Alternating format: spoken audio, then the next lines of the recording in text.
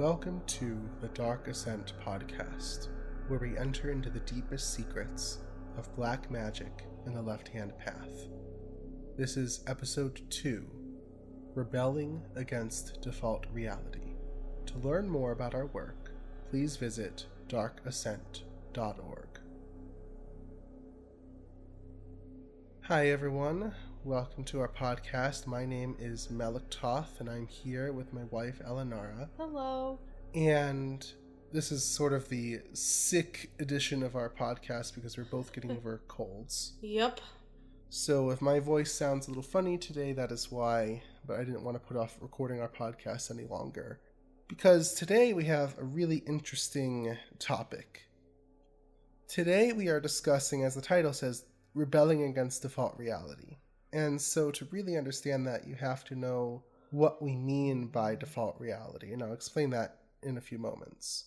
But this really goes off of what the left-hand path is really about, what black magic is really about, and why, philosophically speaking, it's so important that we know what this is and that we talk about this and that we really decide how we want to pursue our lives. And you'll see what I mean soon. Yeah, because a lot of people get so confused about this kind of thing. Exactly. So we wanted to blow it out of the water. Yeah. So, the left-hand path, I might have discussed this a little bit last time, I don't remember, but it's about rebellion. Okay, and that's basically what the word satanic means, because the word Satan means adversary. And so we're an adversary against something. And what that something is, I'll talk about. But the left-hand path is satanic because we're rebelling. Now, I know in a lot of spiritual circles, it's sort of, love and light and all that kind of stuff. And this idea of rebelling is sort of a little too intense for a lot of spiritual people. They say, oh, just keep it positive. Just, don't be so negative. And you resist persists and that kind of stuff. Well, and we tend to, people that are spiritual tend to always want to be positive for some reason. They don't equate spirituality with negativity, or not even negativity, but just, being on the darker side. Right, exactly. Because I grew up Catholic and, all of these, I'd hear about different spiritualities, and I never equated spirituality with darkness for some reason. Yeah, it's interesting. And now, talking about the light and the dark and all that kind of stuff, it sort of puts it all in perspective. And it doesn't really make sense until you really understand what it means, what the light and the dark really means. Yeah, because there are a lot of misconceptions out there about light and dark. There are. So, why are we an adversary? What exactly are we averse to? What are we rebelling against? We're not just like teenagers who don't like what their upbringing was and so want to rebel against it just because it's something to do. Yeah, that's usually mostly where you hear about rebellion like this, is teenagers are like, they're raised Christian or some kind of... Right, and so a lot of Satanism gets sort of a bad rap because it's just teenagers being edgy and Wicca, too, it's the same thing. Wicca, yeah, but that's totally right-hand path. Yeah, I know, but the Christians don't think so, I don't think. Right, yeah. But, it's a lot of, teenagers being edgy and doing things that they think are cool because it's different and because their parents disagree with it. No, that's not what we're talking about. It's not rebellion for the sake of rebellion. That's very immature, really. Right. That's not why we're here. If you want to rebel, it's supposed to be for spiritual growth, I'd say. Exactly. So that's not it. What are we rebelling against? And this is the thing called default reality. Now, this is a term that was introduced to me by some of the beings and the demons I work with, specifically Belial. But I've heard it called by other names. I've heard it called the objective universe. In fact, I really like that term for it. But I do too. I'll probably use both terms, but I really like default reality. So what do I mean? By default reality? What exactly is that about? Well, this is on a few different levels. This is on, both a practical level, a mundane level, you could say, as well as a magical level. Okay, so it's definitely both, but we're talking about it on both, but especially on a magical level is what I mean. But the magical level will inform and, will affect the mundane level. So they're both really important. So, default reality. Okay, I'm going to say it like this, sort of a more practical way, and then I'll extend it into the magical or the metaphysical. If you imagine, I think most people have had experiences like this. You grow up, your parents have certain ideas of who you should be and how you should act and what kind of clothes you should wear, maybe, what kind of job you should get, or, what kind of education, that kind of thing. Like for me, my mother was always like really big into you have to go to college, you have to get a good degree, you have to go get a good job. And that was it. And as long as you have money, you'll be happy and everything will be great, which obviously isn't necessarily true. It's because she didn't go to college, so, Right. She wants something better for her kids. Exactly. Or kid, in this case. Right. So, we all have that. Parents want to pass on the best of what they know, and they can become a little overbearing with that. And almost universally, we have this period of life. Again, I mentioned teenagers. That's, kind of goes into that, into the early 20s, where we sort of test our limitations, our boundaries. And these expectations don't just come from parents, they come from society, they can come from school. I mean, I hated school because it was all about, what you should do and what life is really like, and it just takes the magic out of life, I feel like. So, I mean, society expects you to be a responsible adult and get a good 9 to 5 job and then work your whole life and then you retire, and then that's like, okay, what's the point? So as we grow up, maybe you want to become an artist, maybe you want to be a musician, maybe you want to be an actor or an actress, or you want to start your own business. That was me. I wanted to start my own business, and my mother always said, no, you have to work up the ladder and blah blah blah. Or for me, it was especially, I wanted to do something spiritual. I wanted to do something where I could express my true interests. Okay, and spirituality was always it. Since I was 9 years old, I was interested in spirituality. So that is, I think everyone has that to some extent. Okay, I don't know of many people who are just carbon copies of their parents and to do everything their parents want them to do and whatever. That just doesn't tend to happen. We have this period of life where we say, no, what they want for me is not what I want for me. Now, that goes in two different directions. Some people will have the strength of will to say, no, that's not what I want. And so I am going to go in this other direction. And that might look like rebellion for the sake of rebellion for a while, because maybe we don't know what we want. We just know we don't want that. So as long as it's not that, that's okay. Mm-hmm. Even if we come back to it later, it's our choice. Yeah. But we test our boundaries because we don't know what we want, but we don't want that. And so that's part of it. Or sometimes we do know what we want, so we go and do that. We go and do that thing and, are happy doing it. Or some people get so sucked in by the reality their parents or society or teachers or whoever is trying to push upon them that they conform. And so they do the thing that people want them to do, the thing that their parents or whoever wants them to do. They go and become, a lawyer or a doctor or a programmer in my case, or, someone that traditionally will be successful. Like if you look at that person, oh yeah, they're successful. They have the big house and, 2 kids and a wife and making 6 figures and whatever. That's like the traditional American dream, the idea of success, right? Mm-hmm. So some people will get sucked into that. And I mean, I can't point to any resources or any sources because I don't recall, but I've heard so many lawyers, so many doctors are really unhappy because they just did it because their parents pushed them to. Especially like in Asian cultures. I'm not trying to stereotype, but that's just how, It is, though. Yeah, you go be a doctor, Yep. right? That's what you do. And so people do that like, I hate it. I'm not happy. And then, you get doctors who have horrible bedside manners because, it's like they didn't want to do that in the first place, or, people Or who they're have, just too smart sometimes. yeah, people who just have no compassion or whatever because they just don't want to be there. So this is, in a practical, mundane sense, default reality. We have this societal idea of what you should do.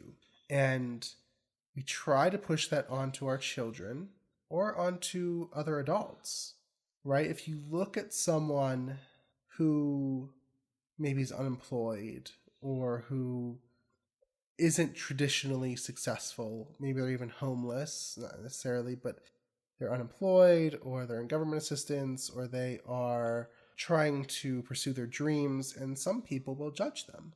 They're being irresponsible, they're being stupid. Well, what are you doing? But basically trying to push that default reality onto that person, judging them by the standard of society's idea of success, right? So that is one idea of default reality. Now, this goes a lot further, and that's a big part of it. And we do sort of have this inherent need to rebel against that as humans. Yeah. But there's something else too. There's a more magical, metaphysical sense about this that I think the mundane really is an extension of. And so what's that all about? So in a metaphysical sense, in a magical sense, we have all these religions. You have Christianity, Judaism, Islam, Buddhism, Hinduism. The list goes on and on and on. Pretty much any religion, even the alternative ones, even neo-paganism, even Wicca, even, the New Age movement or whatever. I swear that's a religion. It is. Oh my God. It absolutely is on the right-hand path. Now, the right-hand path is the path of default reality, or you could say the objective universe. Now, what do I mean by default reality in this context? So let's take Christianity, for example. In Christianity, you have a God who has certain standards, certain commandments, certain laws that you have to follow. And if you don't follow those laws, you're evil. You're a sinner, you're going to hell, you're going to burn forever, and God hates you. Pretty much. And they say, oh no, God doesn't hate you, he loves you. I know, I was just going to say, I was going to be a devil's advocate. Right, yeah, God loves you. Oh yeah, sure, because we send people we love to hell. Well, no, you don't. God doesn't send you to hell, you send yourself to hell. No, I really don't think so. No one's going to purposely send themselves to eternal fire and punishment and torture. That's just stupid, right? So it reminds me a lot of abusers, honestly. Of what? Abusers, oh, I know. Oh, I love you, we're going to torture you. No, that's not how it works. So that's a Christian cosmology. Mm-hmm. So, in that context, what's default reality? Default reality is this nice rosy picture of how they say their God wants things to be. He wants people to act a certain way. That's the default reality that he's pushing on people, right? People are supposed to do this and this and this, and then if they do it, they'll go to heaven, right? So we have these standards, we have these moral codes that we have to live by, and if we don't, again, you go to hell. And supposedly, if you act according to these laws, you'll be happy. Mm-hmm. Now, in Judaism, many people don't know this, but Judaism has no concept of the afterlife. None. Not originally. Eventually, the Greeks sort of influenced them, and so they got a little of a concept of maybe a resurrection or something, but there used to be no concept. You died and that was it. Who knows? You go to the grave. You followed God's laws because they were supposed to make you successful and happy here. Okay, and the wicked would be punished here. Okay, that's if you read through the Old Testament, there are all these psalms that talk about, when God will punish the wicked and all this sort of stuff. And you even look at the book of Job. Oh, God. Yes, he was punished. No, he didn't look forward to an afterlife where he'd be rewarded. He looked to this life. Why aren't I getting all these good things, and where do they all go? And then once he passed the test, all his good stuff came back. I just realized that, yeah. Yeah, all his good stuff came back. He never once said, oh, God, reward me in the afterlife. So the Jewish idea is much more, I don't want to say materialistic, but in this world. And you find a lot of Jewish people, and I'm not trying to stereotype, they're very, very rich. They're very, very successful. Because there's no stigma against that. Right? Exactly. Now the Christians come along, and now it's not, oh, God will reward you in this life. It's, well, if you're good, yeah, it looks like the wicked people are getting all the success and the riches, and you good people are poor and whatever. And Jesus even praises the poor and lowly and the meek and blah, blah, blah. And so in the Christian terms, if you're good, Santa will come. you won't I'm sorry. You won't necessarily be rewarded in this life. You'll be rewarded in the afterlife, where no one can prove anything will happen. I know. It's this idea of, yeah, if you're good, God will reward you in the afterlife and you have all these amazing things. But if you're bad, you'll go to hell. Well, and here's the thing. So, I don't know if many people know this, but I'm one of the rare people that wants my vision to be restored all the way. And so I was talking to a Catholic friend of mine. This is a long time ago. And she goes, your reward will be great in heaven. Right. And I'm like, to myself, I'm like, not what I wanted to hear. Like, right. No, I want it now. Or, know, in this lifetime. Right. Yeah. And it was very discouraging at the time. Sure. And I've had a lot of people say that, or they would say, a lot of my blind friends, I'll see in heaven, so I don't care now. Why? Right. We look to the afterlife. I mean, I get it with you. I mean, with some people don't care. But I'm just saying for the people that do care about any disease or whatever. Right. So, the Christian cosmology says you may not be rewarded in this life. In fact, this life, we have this whole Christian idea of persecution and of being tested, and the world will hate you and so on and so forth. So they sort of almost enjoy the suffering. Yeah, they do. That the world heaps on them, supposedly. And then, in heaven, the more I suffer here, the better heaven will be. So it's this really messed up idea. Anyway, but the point is that the default reality is that if you do what God says, or what, the clergy says that God says, then you will go to heaven and you will be rewarded and you'll be happy and everything will be good. And if you don't do that, then you won't be happy and you go to hell. Right? So that is the sort of metaphysical default reality in that context. Yeah. And you see that in every religion. So let's take Hinduism or Buddhism, and there it's not really heaven or hell, it's more enlightenment. You'll become one with the universe and you'll be in bliss. And you can stop reincarnating and karma will stop affecting you, and you'll be off the wheel of samsara. And so, suffering will end. And if you do bad things, then you'll have bad karma, and your next lifetime you could become who knows what, a dog. No. A dog, yeah. Or really, a human with really, really bad luck or something. Yep. And so it's the same idea. You have these moral laws. And, the New Age community, or even theosophy or anything like stems from that, which the New Age really stems from, theosophy, loves Eastern religions. And I've done my fair share of Eastern religions, Eastern philosophy, and it has a lot to share. But what you don't know is that they have really strict moral standards, just like any Western religion does. Like vegetarianism in Hinduism. Yeah, in Hinduism you're supposed to be vegetarian, and you're supposed to, they have these, I think there are 10 rules they have too, 10, I think they're called yamas and niyamas. Yes. Yeah. I don't remember how many of each there are, but you have yamas and niyamas, and you have to follow them. One's a rule and it's like one's negative, one's positive. Right, yeah, something like that.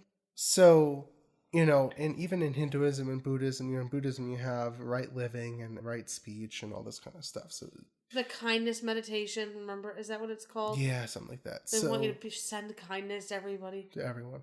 So in every religion, okay, let's take Wicca. Wicca has the law of three, which is stupid. Which is like, whatever you do will come back 3 times. So if you do something bad, it'll come back 3 times over. That's not true.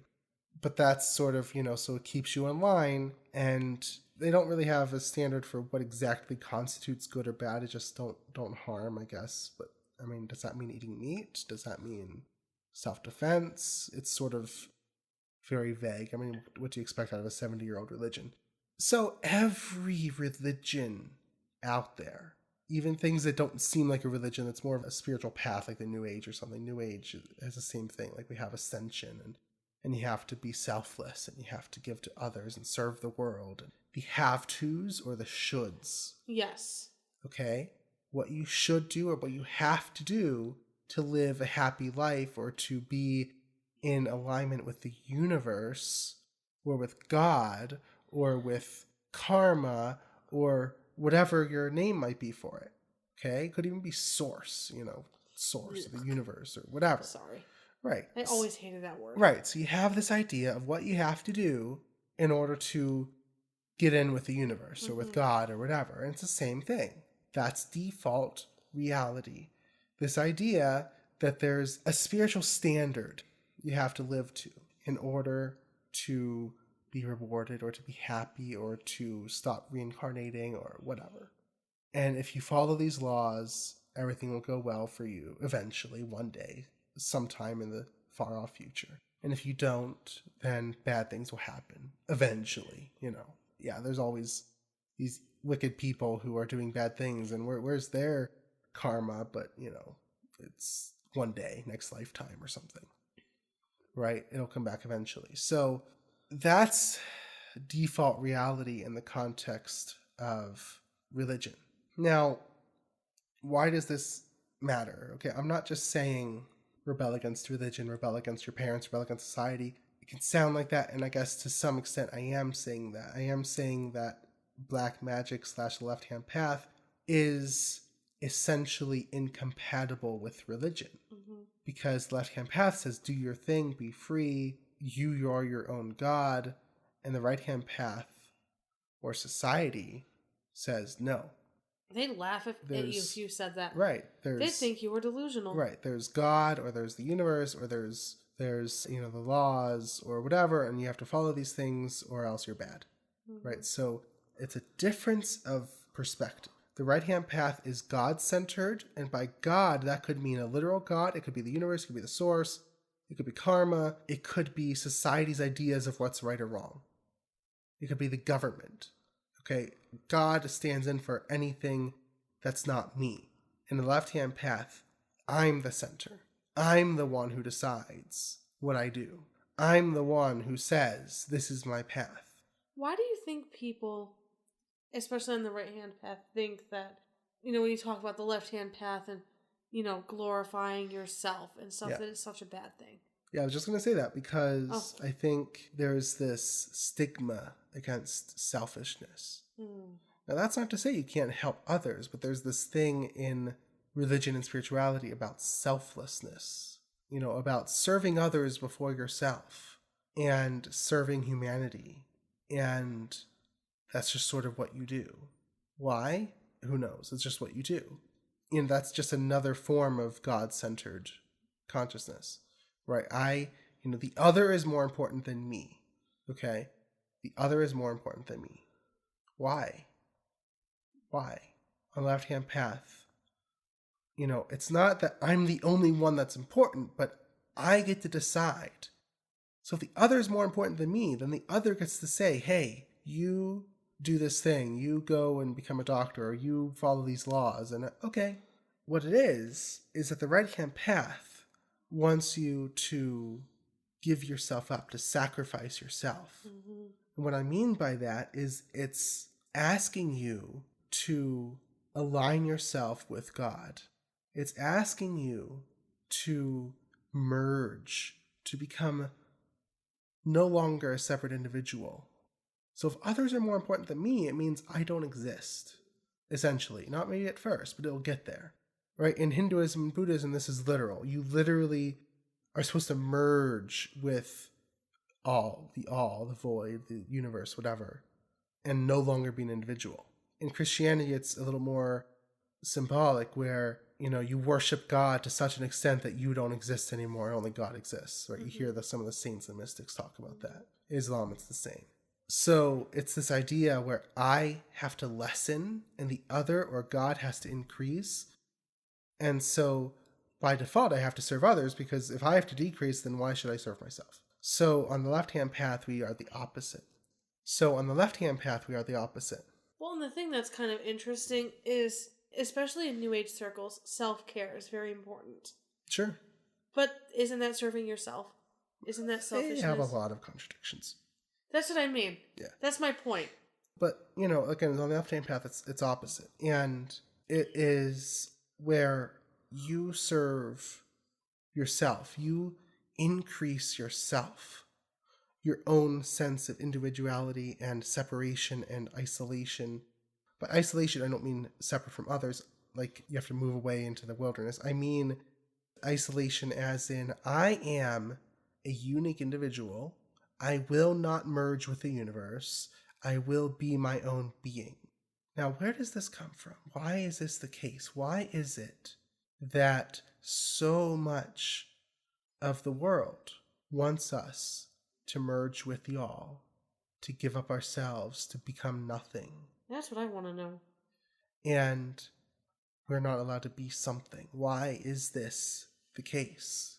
And it is because of the nature of this thing we call consciousness. This is where we're talking about the objective universe. So we have an objective universe where there are physical laws, there's evolution, there is entropy, the speed of light. There are all these laws of physics and everything else, and of biology and so on and so forth.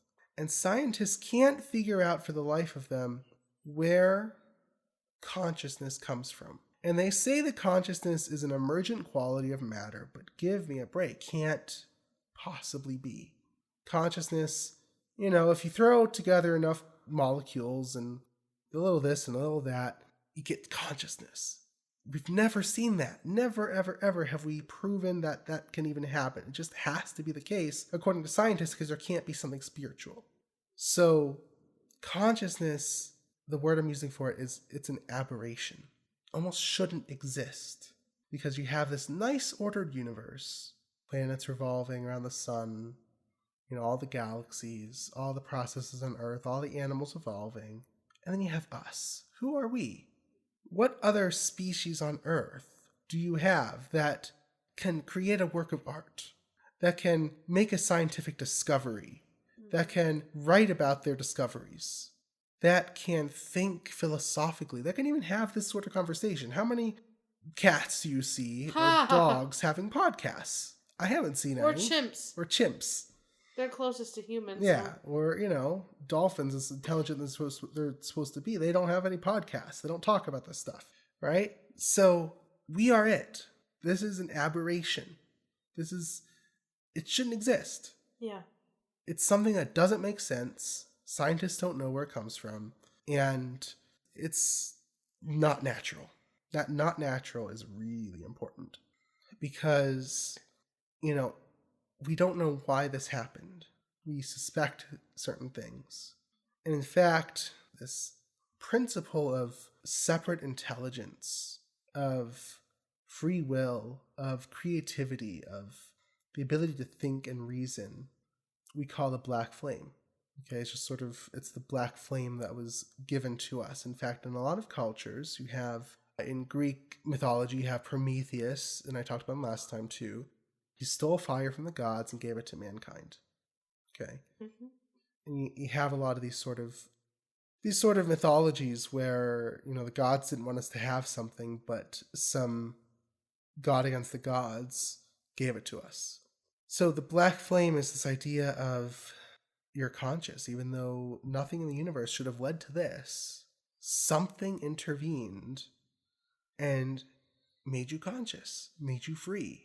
Because it's not only just, consciousness. It's this idea, I know that I exist. I know that I am an I. I know that I am a something. Not a something, a someone. I know that there is meaning. And in fact, even if the objective universe doesn't inherently have meaning, I will give meaning to it. Maybe if I smell homemade chocolate chip cookies, I might think to childhood. That might, I might give meaning to it. Oh, when my grandmother used to make chocolate chip cookies, or, things have meaning to me, right? That's a subjective thing. How does that exist in an objective universe where everything follows a certain set of laws? And as a subjective being, I have freedom.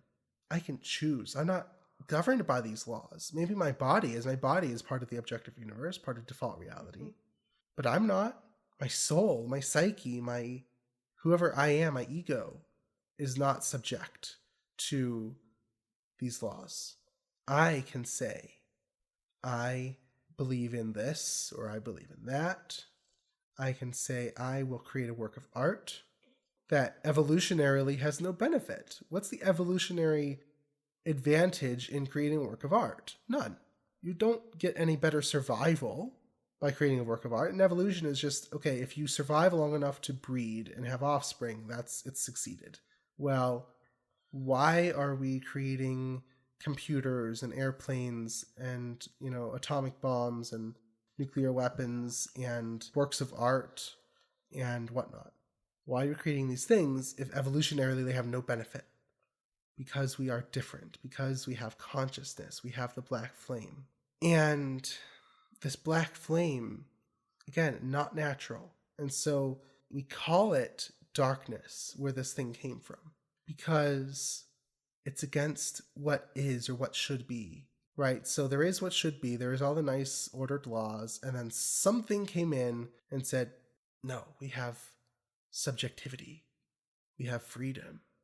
You think the Christian God, like if he existed, gave us free will, as people say?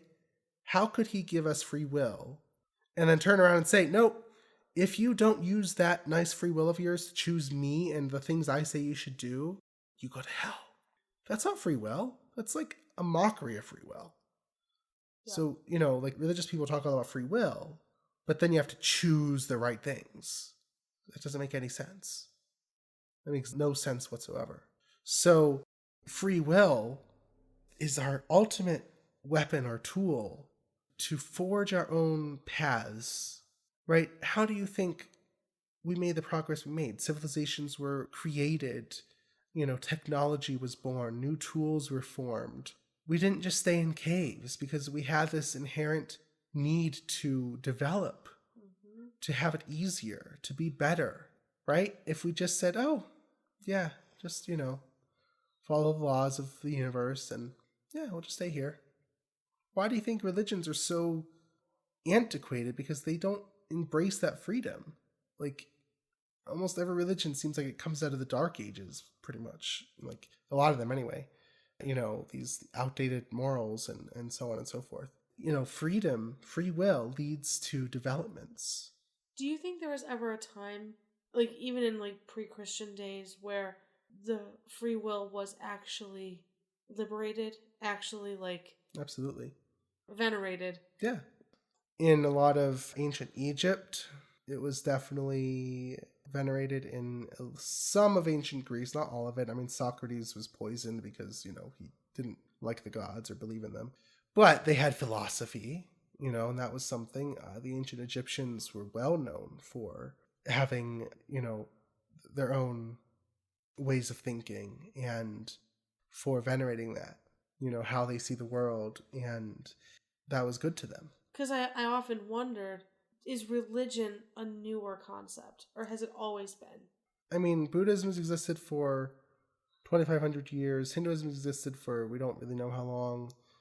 I would say it's always been here, but it's more prevalent today. Because they say witchcraft is at least 20,000 years right. old. But even, I don't know how witchcraft was in the early days. I would say witchcraft is that freedom, is that attempt to undermine default reality and assert my own will. Right, okay. Right? So, there have always been people, always cultures, or at least subsets of cultures that say, yeah, you can be free. And that's a good thing. But there's always also been religion. Mm-hmm. And that has always tried to suppress the will.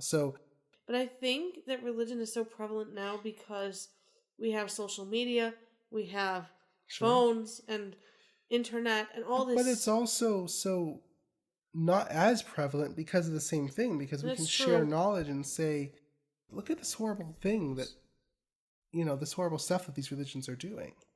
That's true too. Right? So that's, the spread of information, the availability of information today and knowledge.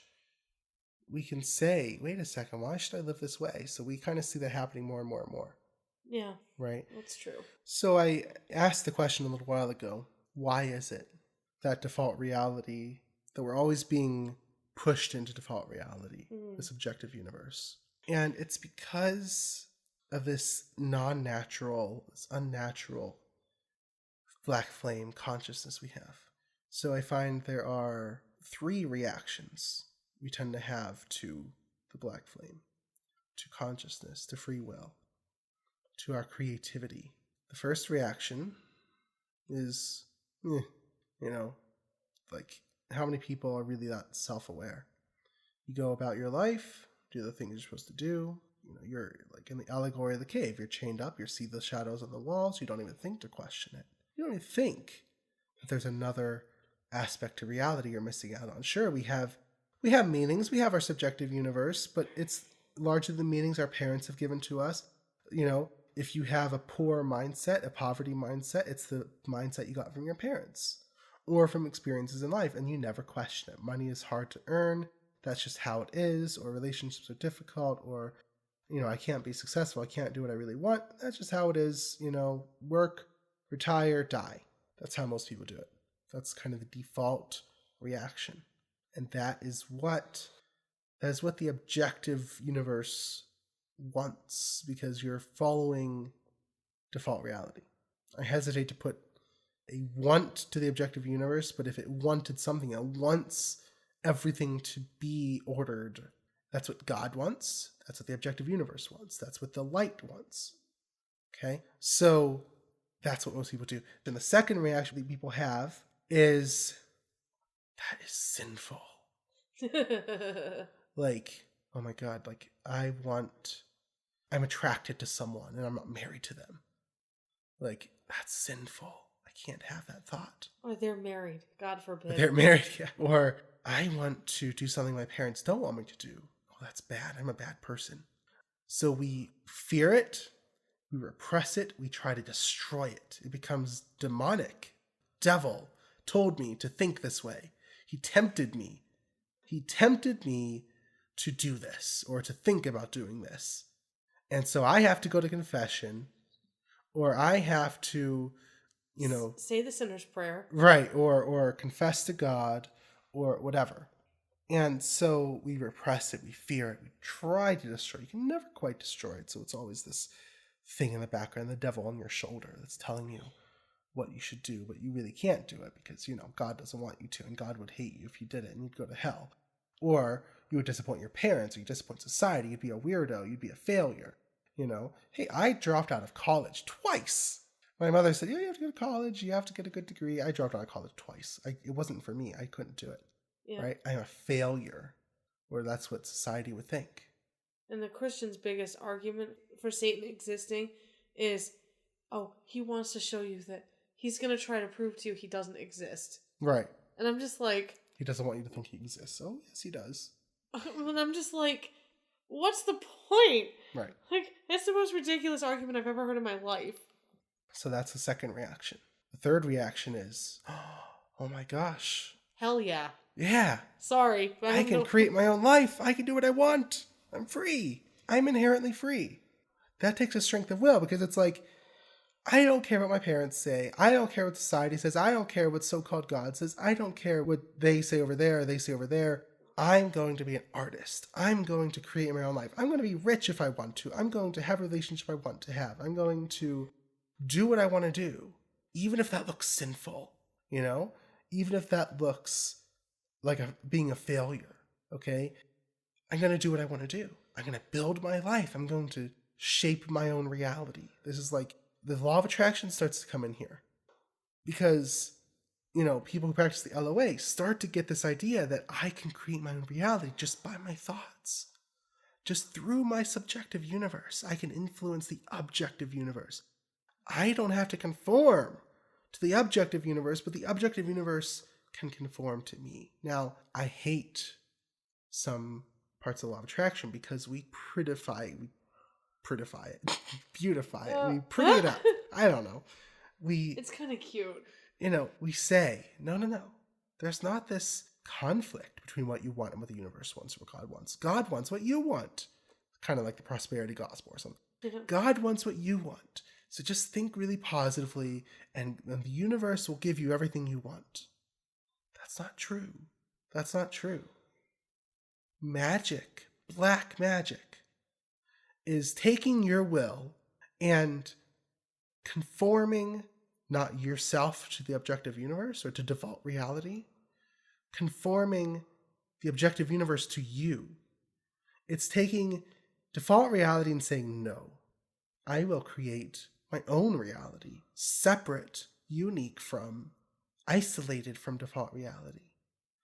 In my reality, I can be successful. I can have money. I can pursue my dreams. In my reality, I can do what I want. So you are not conforming to objective reality or the objective universe. You are using your will and conforming the objective universe to you. You are creating your own reality. The universe does not want you to have what you want. That's not true. It wants to do what it does. I'm all about the flow. The flow of the universe is going in a certain direction. As a black magician, I hijack that flow and direct it where I want. It's this arrogance in a positive sense to say, I know what I want better than God knows, better than society knows. I will build my own reality, my own empire. We call it, in the left-hand path, a lot of times we call it our empire. That's awesome. What will your empire look like? I will build my empire how I want it to be. So why is default reality so prevalent? It's because we fear difference. We fear being unnatural. We fear the black flame. Because this strength of default reality, of the objective universe, is pulling us to conform, to be like it, to align ourselves with it, for it all to fit together nicely. Don't rock the boat. Do what you're told to do. It wants everything to be ordered and nice, and this little inconvenient thing of consciousness, of self-awareness, doesn't have to exist. And in fact, the Buddha would say it doesn't exist. It's actually just an illusion. So we don't even have to worry about that, do we? We just, don't worry about those inconvenient desires. Those are just suffering. And just conform yourself to the universe. Let yourself melt away into nirvana and you'll be happy. Right? I tried that. I took it as far as it would go. I had lots of awakening experiences on the right-hand path, and it was not very satisfying.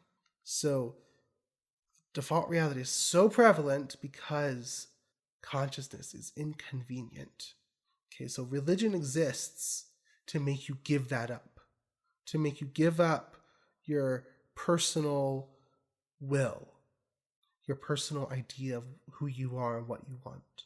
The left-hand path, the demons that are often called devils or demons or Satan, or every culture has gods against the gods, antinomian, meaning, rebelling against the norm, the order. Every culture has this idea, because the light gods want you to do what they want to do, how they see the universe. But the dark gods want you to be free. They give you the black flame. It's the gift from darkness, the gift of the black flame, the gift of free will, the gift of consciousness, of ego. And so as black magicians, we build that up. We say, I refuse to melt into the all. I refuse to conform to what you think reality should be. And instead, I take responsibility. I create my reality. Through the strength of my will, I will change the objective universe according to my will, to conform to me. And that's why we say the left-hand path is the path of a god. So I said this in an email the other day. I think it's such a powerful quote. The first step of a god is the single decision to be. Because to be means you're being, existing, separate from the all, from the objective universe, and from God. You're not one with God. You are God. You are your own God. Because you're setting your path. You're deciding where you want to go. And you're taking responsibility for that. You want to be a unique individual, an ego, an isolate consciousness, intelligence, separate from the all. And so you refuse to conform. You refuse to give up that. That's not what you want to do. And that is what the left-hand path is. The right-hand path is thy will be done. Society, parents, God, universe, whatever. The left-hand path is my will be done. I will be my own person. And that's what it is. So we rebel against default reality not because I feel like rebelling. No, because default reality wants us to be nothing, wants us to conform, wants us to do what it wants, and wants us to basically not being so inconvenient, right? So we say, no, I rebel against default reality because I choose my path. I will walk my path and I will be a separate being, apart from the universe. I will be separate. Okay, so that is what rebelling against default reality means. And that's why it's so important. And that is why you can't do both the right-hand path and the left-hand path. Like, you can't conform to the objective universe and make it conform to you. That doesn't make any sense. People say, oh, I walk the middle path. No, you don't. You just haven't chosen yet. Here's the thing, last point. If you haven't chosen, you are being forced to conform to default reality because you haven't chosen. You have to exercise that black flame, that free will, to make the choice to be your own person. So, people ask me, how do I know if I'm on the right-hand path or the left-hand path? Well, this is how. If you just go along with how things are, you're on the right-hand path. If you choose your own path, or you want to choose your own path, you want to be your own God, or you want to, be your own being and not dissolve, not sacrifice yourself, then you're on the left-hand path. And it's as simple as that. All right, so, this got a little intense. It was a little bit long today. But it was awesome. That was a lot of fun. So if you would like to see the show notes for this podcast, you can go to darkascent.org/DA002. And you can see them there. And we'd love to hear your comments. I always love receiving comments on the podcast. So feel free to come over and leave a comment. We're also now on iTunes and Google Play and Stitcher, I believe. So feel free to subscribe to us. That would be awesome. We are here every 2 weeks, every other Friday. So we'll be here 2 Fridays from now. And we hope that you can tune in again. And so we will see you in 2 weeks. Bye, everyone. Bye.